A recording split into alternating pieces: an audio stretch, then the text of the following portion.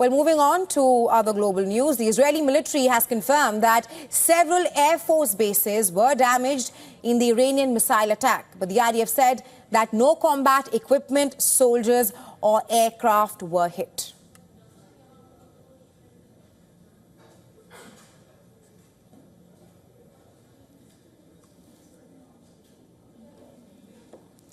It said that there were no strikes at any stage caused any interruption in Air Force operations, and that damage to infrastructure or private property was only light and mainly due to fragments from missile interceptions. The Israeli army also said that the country's air defenses had operated impressively with high rates of interception.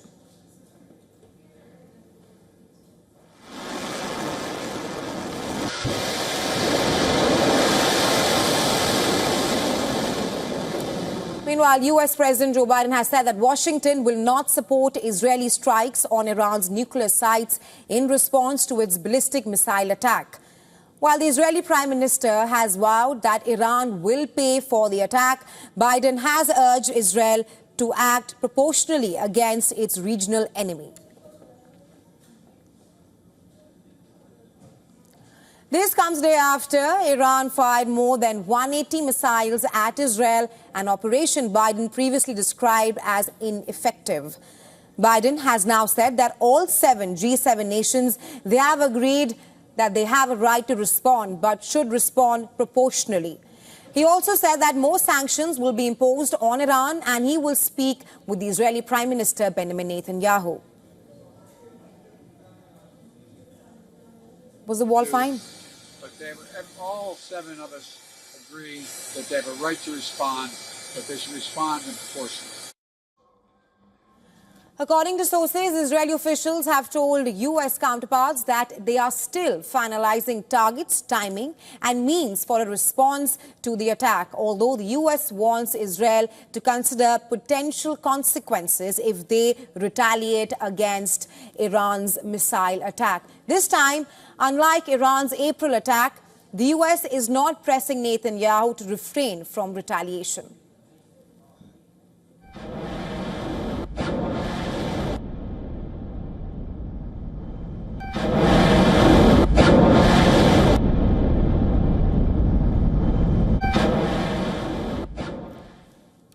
In fact, the U.S. military has released footage showing its warship firing a missile defense system that it says successfully shot down Iranian ballistic missiles directed at Israel. Iran's supreme leader has claimed that the deployment of American and European countries is the root cause of war and tensions in West Asia. In his first remarks following Iran's missile attack on Israel, Ayatollah Ali Khamenei has said that regional countries are able to manage themselves and will live in peace if they leave. In our region, the root cause of problems that's causing all these wars and conflicts and hostilities and anxiety is the presence of those that claim they are after peace and calm in the region, namely America and some European countries. Meanwhile, Iranian President Masoud Pezeshkian sought to rally Asian countries to its side as he visited Qatar.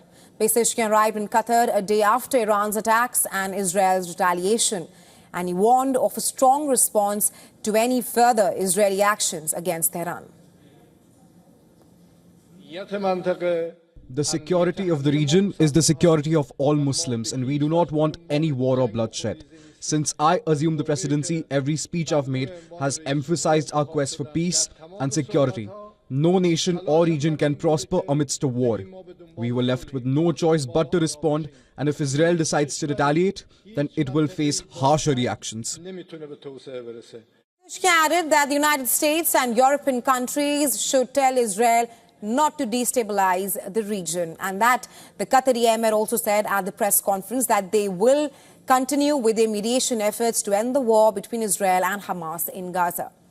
Qatar and other international mediators have been working on a ceasefire agreement for Gaza, but the talks have stalled for months now.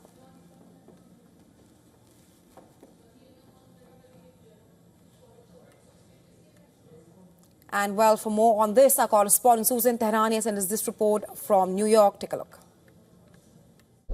Tensions are running high between Iran and Israel after their ambassadors clashed at a UN Security Council meeting here on Wednesday, with each side labeling the other as a quote-unquote terrorist state and threatening escalation. The conflict began when Iran launched a massive missile attack on Israel, prompting Israel's ambassador to the United Nations demanding severe consequences against the Islamic Republic. Meanwhile, Iran's ambassador, for his part, Amir Iravani, responded with a warning that his country would take further military action if it was attacked. Outside of the United Nations, President Joe Biden announced that he would not support Israel should Israel decide to attack Iran nuclear sites, emphasizing the need for a, quote, proportional response to Iran's missile attack.